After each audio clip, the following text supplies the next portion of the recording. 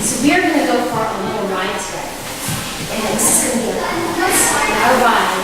So if you can hop into mommy's laps.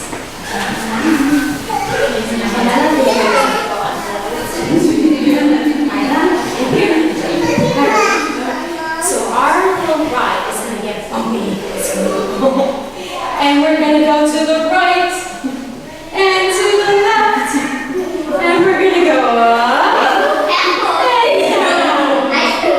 And so what we're going to focus on today is the concept of up and down. And this is important when you kids start to read because they read from the top of the page to the bottom of the page. And it also applies to things like math, to following directions. And so if we can work on these concepts, your children will have a really good foundation for educational success. So let's get ready for our ride. Here we go. Let's go riding together.